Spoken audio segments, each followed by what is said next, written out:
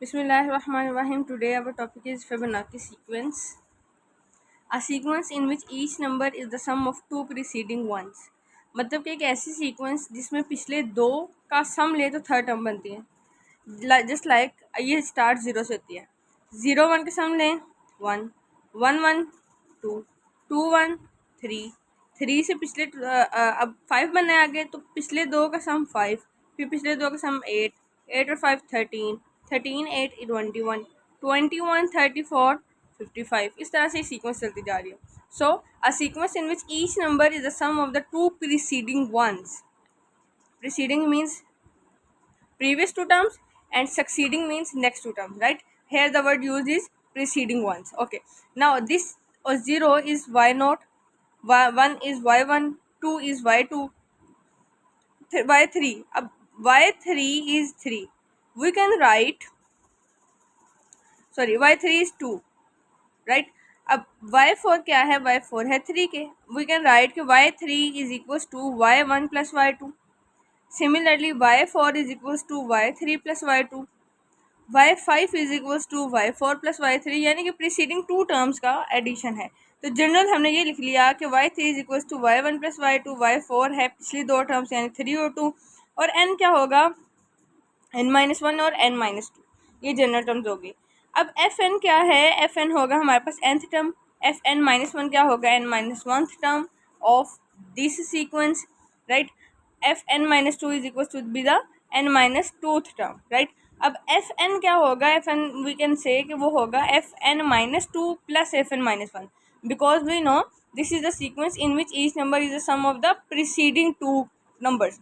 तो n से पीछे क्या है? n-1. उससे पीछे क्या है? n-2.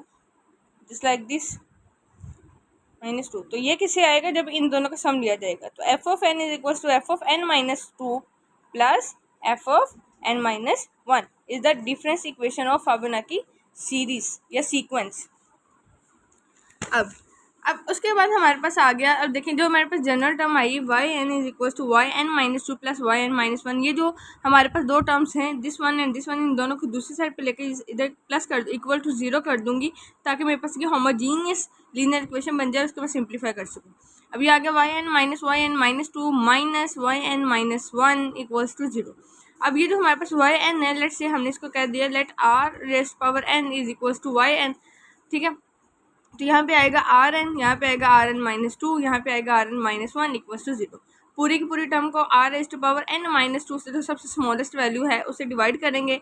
हमारे पास जो बचा, देखें n-2 है ना, तो n r raise to power n-2 को we can split it as, we can write it as n plus -2, क्योंकि जब तक दरम्यान में प्लस नहीं होगी तब तक आप उसको ब्रेक नहीं कर सकते.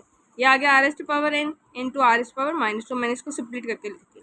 तो नीचे आ गया r raise to power n r raise to power -2. तो ये इस तरह से जो चीज़ें कैंसिल आउट होने वाली थी कैंसिल होगी. मेरे पास बच गया r² -1 माइनस r. इसको अरेंज करके लिखा तो आ गया r² माइनस r माइनस 1. अब इसे देखिए टू क्वाड्रेटिक फार्मूला रख सकते हैं because it is two quadratic equation. अब a इज इक्वल्स टू, यहाँ पे इसका कोफिशिएंट है 1, r का कोफिशिएंट है -1 और c कांस्टेंट यहाँ पे है -1. अब मैंने लगाया इस पर क्वाड्रेटिक इक्वेशन का formula -b plus -b² -4ac under root over 2a. Values put करेंगे, मेरे पास r का आंसर निकला है 1 plus minus under root 5 over 2. अब यहाँ से हमारे पास टू डिस्टिंक्ट रूट्स निकल आए हैं. एक प्लस का है 1 प्लस अंडर रूट 5 ओवर 2 और एक माइनस का है 1 माइनस अंडर रूट 5 ओवर 2. तो यू नो कि आपके पास फंक्शन क्या होता है, yn equals to c1 r1 की पावर n प्लस r2 की पावर n. यहाँ पे r1 और r2 ही होते हैं. यहाँ पे फंक्शन वो आएगा जो आपने लेट किया हो. हमने यहाँ पे r raise to power n लिखा हुआ है. ठीक है, अब c1 और c2 जो है वो एज इट आ गई. यहाँ पे r1 rays to power n क्या है, मैंने लिखी है 1 प्लस अंडर रूट 5 ओवर 2 और r2 क्या है 1 minus under root 5 over 2 whole raise to power n. अब y0 हमने फिबोनाची सीरीज में देखा है, सीक्वेंस में देखा है कि y0 0 है, y1 1 है, y2 भी 1 है. y0 जब मैं इसमें पुट करूँगी n की जगह पे 0 पुट करूँगी तो y0 तो 0 ही होगा. इस साइड पे ये पूरी की पूरी टर्म 1 बन गई बिकॉज किसी भी टर्म की पावर 0 हो तो वो 1 के इक्वल होता है. यहाँ पे आ गया c1 प्लस c2, तो c1 की वैल्यू क्या आ गई -c2 के इक्वल. क्योंकि मैं आपको इसका फार्मूला, ये बेसिकली फिबोनाची सीक्वेंस का जो फार्मूला है ना, जो बहुत से लोग यूज़ करते हैं, लेकिन इसका जो यू कैन से कि डेरिवेशन है, फार्मूला निकलता कैसे, ये बहुत कम लोग करवाते हैं और ये इंपॉर्टेंट भी बहुत है।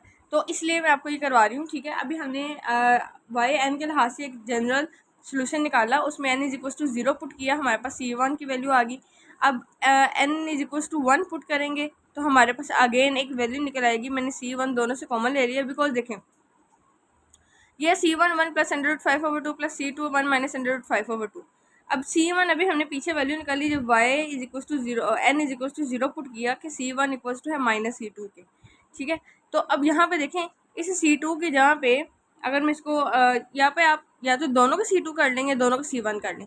तो अगर मैं दोनों का C1 करना चाह रही हूँ तो C2 की वैल्यू क्या आएगी, माइनस C1। तो इसका मतलब है C2 की जगह पे क्या आ जाएगा, माइनस C1। तो अब C1 दोनों में से कॉमन आ गया, अंदर ये टर्म आ गई, एलसीएम लूँगी, मेरे पास अंदर बचा अंडर रूट 5, ठीक है।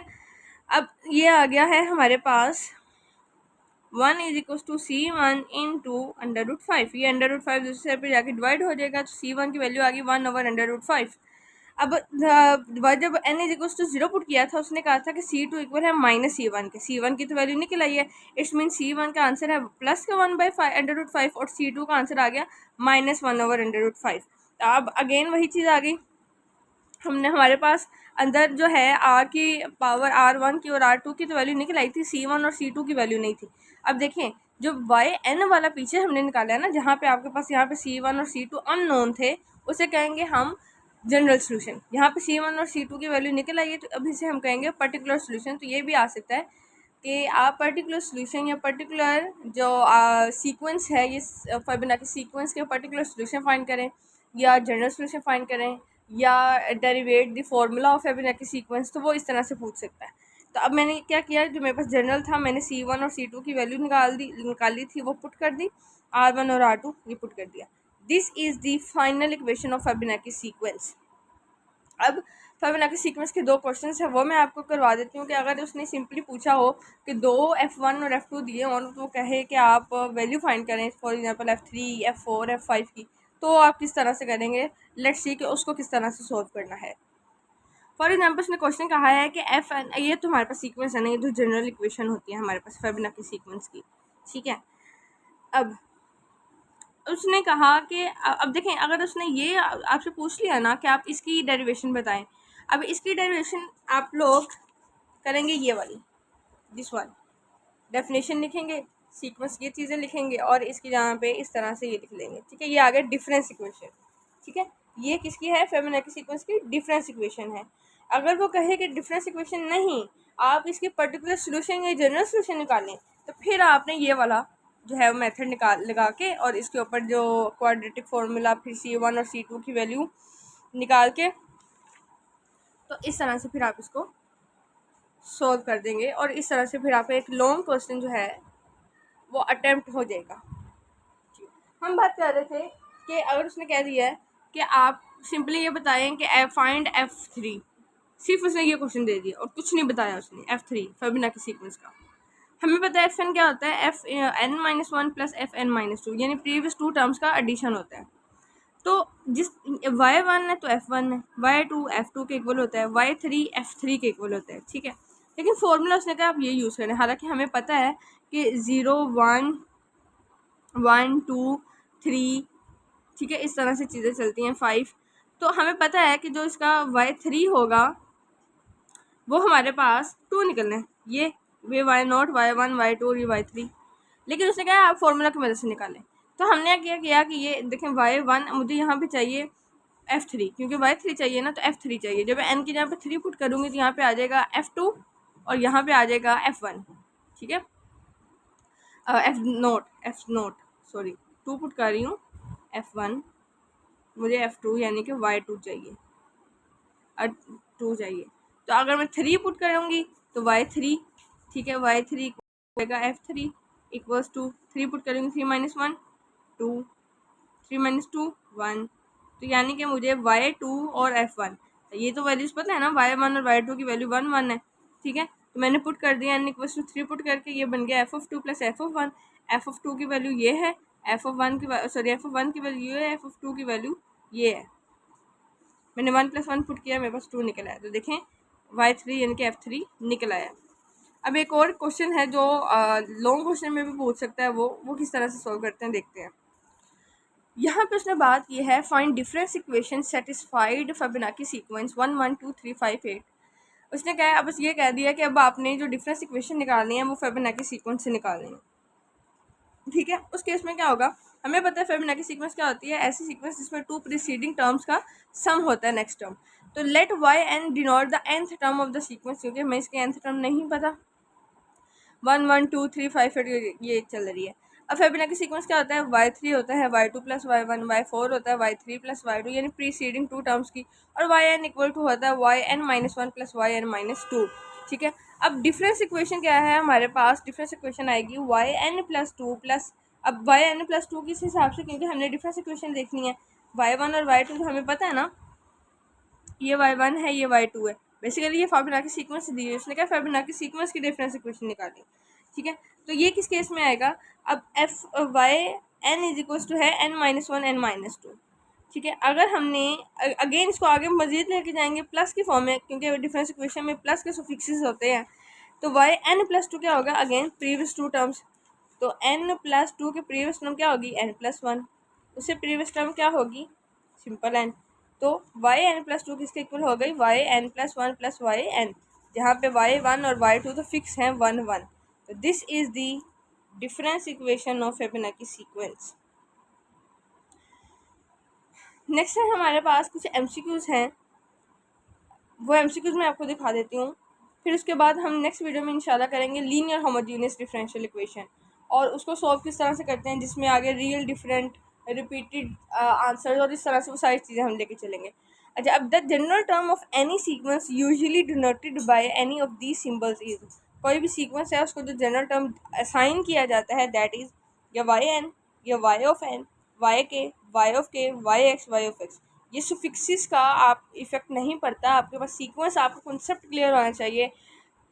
इन अल्फ़ाबेट से कोई इफेक्ट नहीं पड़ता आपके आंसर के ऊपर, राइट। नेक्स्ट कुछ एमसीक्यूज देख लेते हैं। नेक्स्ट है del raise to power -1 is an operator, so we find summation behave like del -1, यानी डेल -1 सेम सिमिलरली बिहेव करता है समेशन की तरह, नंबर 1। नंबर 2, ये छोटे छोटे से एमसीक्यूज बस हैं। The above finite difference summation is refer to as finite integration. अब इस समेशन को यू नो कि आपके पास जो इंटीग्रेशन होती है वो भी सम अप करती है एरिया को, तो इस इंटीग्रेशन को समेशन को इंटीग्रेशन फाइनाइट इंटीग्रेशन भी रेफर किया जा सकता है। और ऑपरेटेड डेल -1 किससे सिमिलर होगा, D raise to power -1। Del -1 numerical analysis में और इंटीग्रल कैलकुलस में डी रेज़ टू पावर -1 ये दोनों सिमिलर हैं। Next is since del of F X plus C ये इक्वल होता है कांस्टेंट के ऊपर डेल हमेशा ज़ीरो हो जाता है, जिस तरह से differential term differential of any constant value zero, वैसे ही डेल जब अप्लाई करते हैं तो क्या होगा, ये डेल सिमिलरली डिफरेंशियल इक्वेशन ही है, तो क्या आ जाएगा डेल एफ ऑफ एक्स, जिसको हम स्मॉल एफ ऑफ एक्स लिख सकते हैं। और अगर इसके ऊपर मैं इन्वर्स पुट करूँ, del F of X equal है एफ ऑफ एक्स, और इसके ऊपर पुट करूँगी तो आंसर ये आएगा, इन्वर्स चला जाएगा, ठीक है, प्लस सी। अब we have the following table of finite integral, ये एक टेबल है जिसको आपने रिमेंबर करना for the sake of MCQs. First of all del raise to power -1 A raise to power X, simply है, कुछ नहीं है, सिंपली आपने क्या करना है, बेसिकली ये लिखा हुआ है 1/डेल इंटू ए। अगर आप इसको ऊपर लेके जाना चाहती हैं ए रेज़ टू पावर एक्स, तो फिर इसको नीचे लें, कि अगर आप शफल ऊपर नीचे करना चाहती हैं तो फिर ए रेज़ टू पावर -x चल जाएगा और उस पर पावर रूल लग जाएगा। लेकिन अगर आप सिंपली याद रखना चाहते हैं तो ये है del raise to power -1 A raise to power X equal आएगा A raise to power X over A -1, ठीक है। इसी तरह से डेल ऑफ, ये जो साइन होता है ना ये पॉलिनोमियल का होता है, ये आएगा polynomial raise to power -1 over r plus 1। अब del inverse of sine A X equal to 1/2 sine a/2 cos A X -1/2। इनमें से किसी का भी आपको प्रूफ करने की जरूरत नहीं है, ये सिंपली जिस तरह से डिफरेंशियल के फॉर्मूलाज हैं उसी तरह से ये फॉर्मूलाज भी हैं। Del raise to power -1 cos A X equal to, ये मैंने वो चीज़ें इकट्ठी करके रखी हुई हैं जो पिछले पास्ट पेपर्स में MCQs आए हैं और वो आउट ऑफ सिलेबस लग रहे थे बच्चों को, तो ये वो चीज़ें हैं, ठीक है। Del raise to power -1 cos A X equals to 1/2 sin a by 2 sin a। देखिए यहाँ पे साइन था, यहाँ पे कोज हो गया। अब यहाँ पे कोज है तो यहाँ पे साइन है, बाकी साइड हम वैसे ही। अब del raise to power -1 x into X factorial क्या होगा, X factorial del raise to power -1 यानी inverse del U X equals to, अब सेपरेटली अब इसके ऊपर लगेगा बेटा product rule. First term as it is, second वर्ग का डेरिवेटिव। जब first term as it is आएगी, ये एज इट इज़ आएगी और इसका डेरिवेटिव आएगा तो डेल माइनस और डेल ये तो कट जाएंगे, तो बाकी क्या बचेगा यू एक्स माइनस। अब फर्स्ट टर्म ऐसे फर्स्ट टर्म का डेरिवेटिव, ठीक है, और second term as it is, first term का डेरिवेटिव और second term as it is. एक बात बता दूं, अगर simple del of U X हो, ठीक है, अब del inverse of U X का मतलब है एक एक्स पीछे की तरफ जा रहा है तो यू एक्स -1, राइट। और दिस इज का rule for finite integral. Similarly कुछ और एमसीक्यूज हैं। डेल ऑफ सी यानी किसी कांस्टेंट का डेल क्या होगी, ज़ीरो। ज़ीरो का अगर इसी का इन्वर्स लूँ तो फिर ज़ीरो का डेल क्या होगा, C. Del of A X plus B, B यहाँ पे कांस्टेंट कंसिडर होगा तो आंसर क्या आएगा ए। और अगर डेल इन्वर्स ऑफ ए लूँ तो क्या आएगा answer A X plus B. और ये इसके इक्वल है, just like A equals to 5 inverse है तो फिर 5 इक्वल टू क्या होगा ए इन्वर्स। कैसे देखें, ए इक्वल्स टू 5 इन्वर्स मतलब 1/5। अगर मैंने 5 की वैल्यू निकालनी, 5 इधर चल जाएगा ए इधर, तो ये आ जाएगा 5 इक्वल्स टू 1/a यानी कि ए इन्वर्स। आप इस हिसाब से शफल कर सकते हैं। और डेल सी इक्वल्स टू 0 है तो डेल इन्वर्स ऑफ 0 सी के इक्वल होगा। Del A X plus B equals to A है तो del inverse of A X plus B के इक्वल होगा, ठीक है। अब कल तक के लिए इंशाल्लाह कल हम करेंगे लीनियर होमोजीनियस, सॉरी बार बार पेज रैप अप हो जा रहा है, लीनियर होमोजीनियस डिफरेंस इक्वेशन, और इंशाल्लाह हम उसको कंप्लीट करेंगे। तब तक के लिए अल्लाह हाफिज़।